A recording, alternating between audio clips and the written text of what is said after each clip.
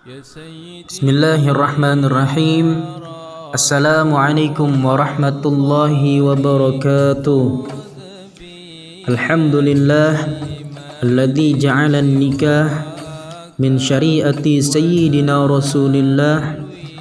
Wassalatu wassalamu ala Rasulillah sayyidina wa maulana Muhammadin wa ala alihi wa sahbihi wa man walah, amma ba'du. Alhamdulillah, pada kali ini kita telah sampai pada bab mengenai pernikahan dalam Islam untuk kelas 12 tingkat SMA atau SMK. A'udzu billahi minasy syaithanir rajim. Bismillahirrahmanirrahim. Wa min ayatihi an khalaqa lakum min anfusikum azwajan litaskunu ilaiha wa ja'ala bainakum mawaddatan wa rahmah. Inna fi dzalika laayatin liqaumin yatafakkarun. Makna pernikahan. Kata nikah berasal dari bahasa Arab yang berarti al-jam'u atau bertemu, berkumpul. Menurut istilah, nikah ialah suatu ikatan lahir batin antara seorang laki-laki dan perempuan untuk hidup bersama dalam suatu rumah tangga melalui akad yang dilakukan menurut hukum syariat Islam.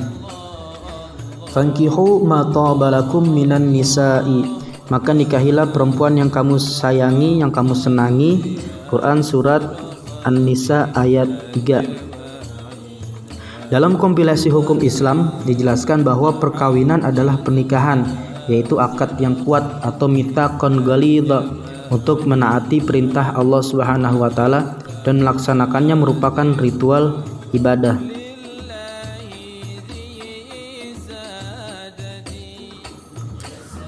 Hukum nikah terbagi menjadi 5 sebagaimana hukum dalam Islam, yaitu jaiz, mubah, sunnah, wajib, makruh, dan haram. Yang jaiz yaitu hukum ini adalah hukum asli pernikahan. Artinya bagi yang sudah memenuhi syarat ia berhak menikah. Jadi hukum asal daripada pernikahan yaitu mubah. Tergantung nanti bagaimana keadaannya, maka bisa berubah menjadi sunnah, wajib, makruh, dan haram.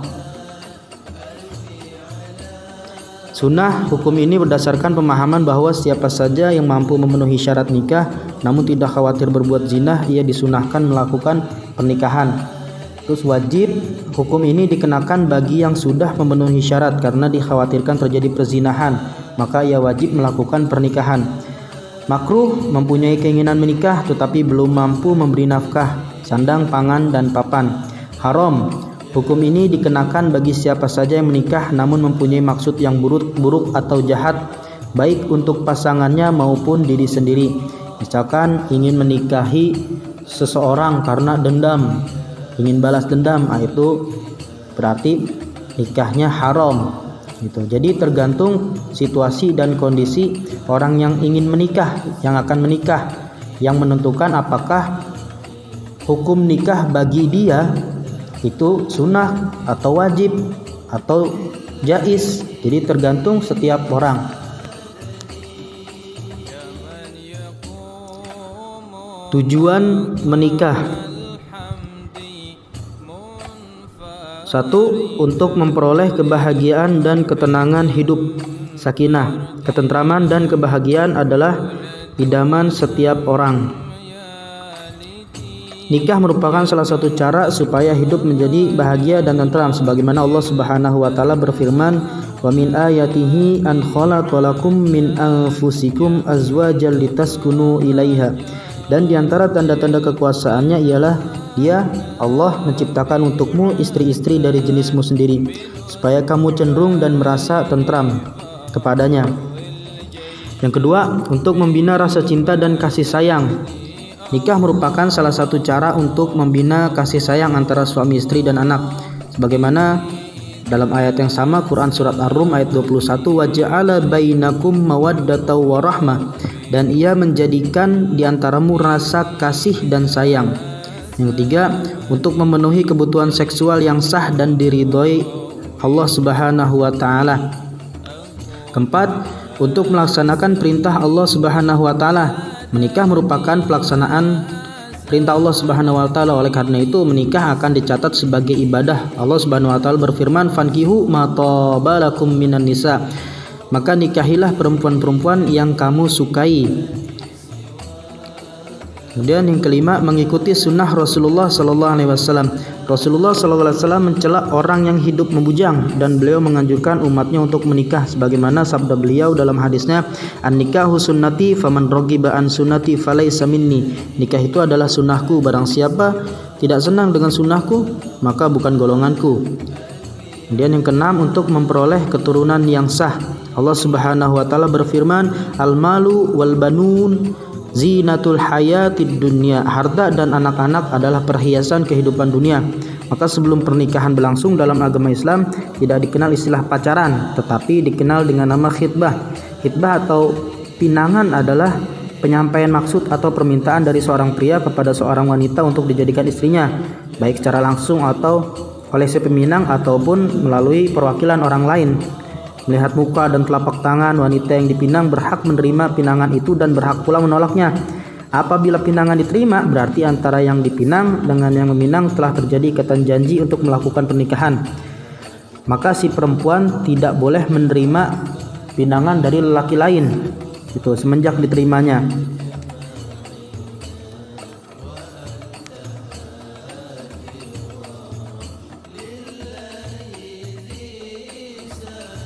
Rukun nikah. Pertama, adanya calon suami.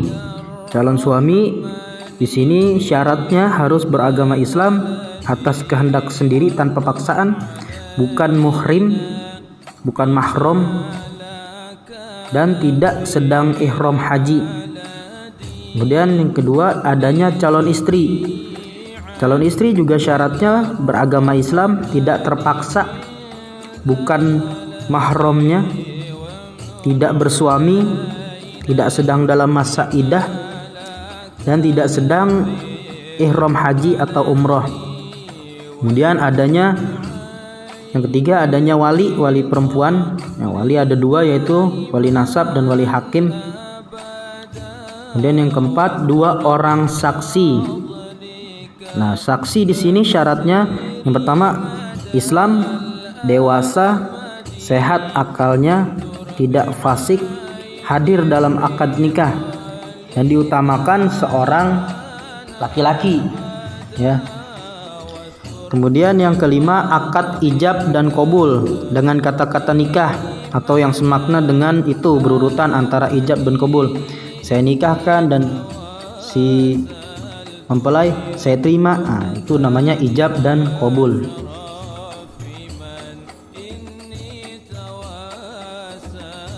Yang tidak boleh dinikahi berdasarkan keturunan, satu, ibu dan seterusnya ke atas, kemudian anak perempuan seterusnya ke bawah, bibi baik dari bapak atau ibu, anak perempuan dari saudara perempuan atau saudara laki-laki, berdasarkan sebab pernikahan, ibu dari istri artinya mertua, anak tiri apabila ibunya sudah dicampuri.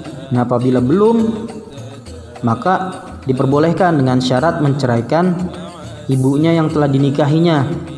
Kemudian ketiga, istri bapak atau ibu tiri. Yang keempat, istri anak menantu berdasarkan persusuan, ibu yang menyusui, kemudian saudara perempuan sepersusuan. Kemudian dikumpul saudara perempuan istri. Namun saudara perempuan istri di sini boleh dinikahi dengan syarat istri kita telah meninggal atau telah kita cerai, maka kita boleh menikahi saudara perempuan sekandungnya.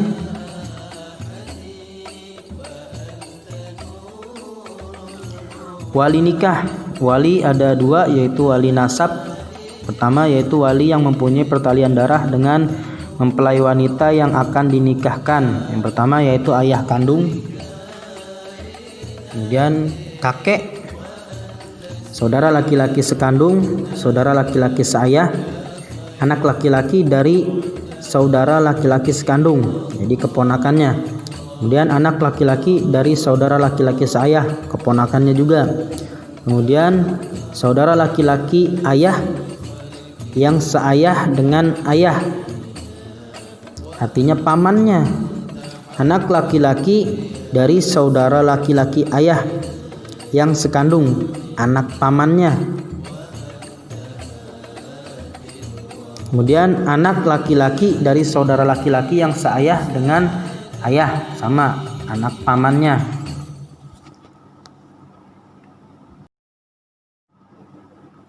Yang kedua, wali hakim, yaitu kepala kantor urusan agama Islam yang berada di setiap kecamatan. Ya.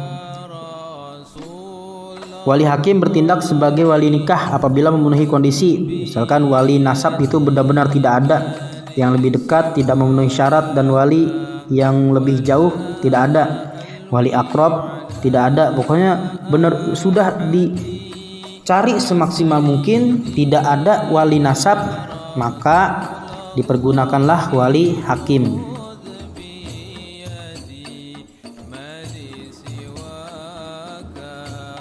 Kewajiban suami dan istri. Kewajiban suami yang terpenting adalah memberi nafkah, pakaian, dan tempat tinggal kepada istri dan anak-anaknya sesuai dengan kemampuan yang diusahakan. Kemudian yang kedua, menggauli istri secara ma'ruf, yaitu dengan cara yang layak dan patut, misalnya dengan kasih sayang, menghargai, memperhatikan, dan sebagainya. Tiga, memimpin keluarga, karena laki-laki itu sebagai pemimpin, dengan cara membimbing, memelihara semua anggota keluarga dengan penuh tanggung jawab. Yang keempat, membantu istri dalam tugas sehari-hari. Kewajiban istri yang terpenting adalah patuh dan taat pada suami dalam batasan sesuai dengan ajaran Islam, tentunya bukan dalam hal kemaksiatan. Kedua, memelihara dan menjaga kehormatan diri dan keluarga serta harta benda suami, mengatur rumah tangga dengan baik. Kemudian keempat, memelihara dan mendidik anak, terutama pendidikan agama. Sebagaimana Allah Subhanahu wa taala berfirman, "Ya ayyuhalladzina amanu qu anfusakum wa ahlikum nara." Hai orang-orang yang beriman, peliharalah dirimu dan keluargamu dari api neraka. Quran surat At-Tahrim ayat 6. Kemudian yang kelima, bersikap hemat, cermat, ridho, dan syukur serta bijaksana pada suami.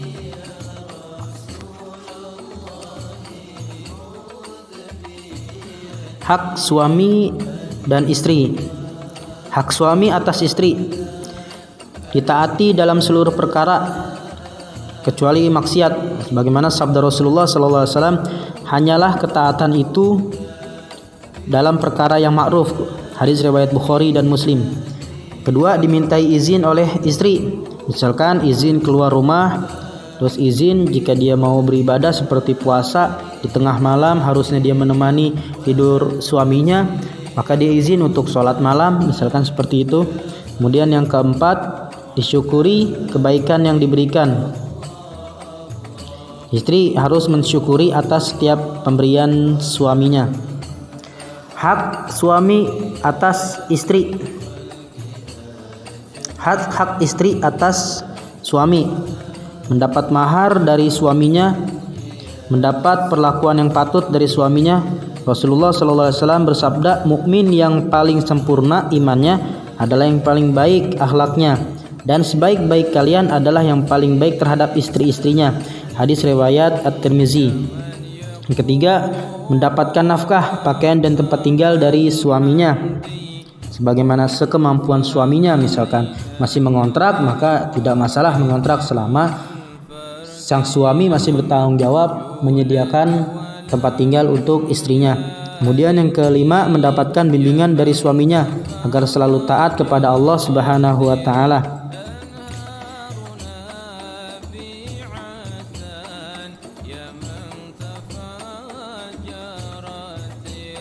Mendapat perlakuan adil. Nah, ini terkelewat ya. Mendapatkan perlakuan adil jika suami memiliki lebih dari satu istri. Ya, sebagaimana Rasulullah SAW bersabda, siapa yang memiliki dua istri lalu ia condong atau melebihkan secara lahiriah kepada salah satunya, maka ia akan datang pada hari kiamat nanti dalam keadaan satu sisi tubuhnya miring. Hadis riwayat Ahmad dan Abu Dawud. Hikmah pernikahan. Pernikahan merupakan jalan keluar yang paling baik untuk memenuhi kebutuhan seksual. 2. Pernikahan merupakan jalan terbaik untuk memuliakan anak, memperbanyak keturunan, melestarikan hidup manusia, serta memelihara nasab. 3. Pernikahan menumbuhkan naluri kebapaan dan keibuan yang menumbuhkan pula perasaan cinta dan kasih sayang. 4. Pernikahan menimbulkan sikap rajin dan sungguh-sungguh dalam bekerja. 5. Pernikahan akan mempererat tali kekeluargaan yang dilandasi rasa saling menyayangi. Itulah pembahasan kita tentang pernikahan. Wabillahi taufiq wal hidayah. Wallahul muwaffiq ila aqwamit thoriq. Wassalamualaikum warahmatullahi wabarakatuh.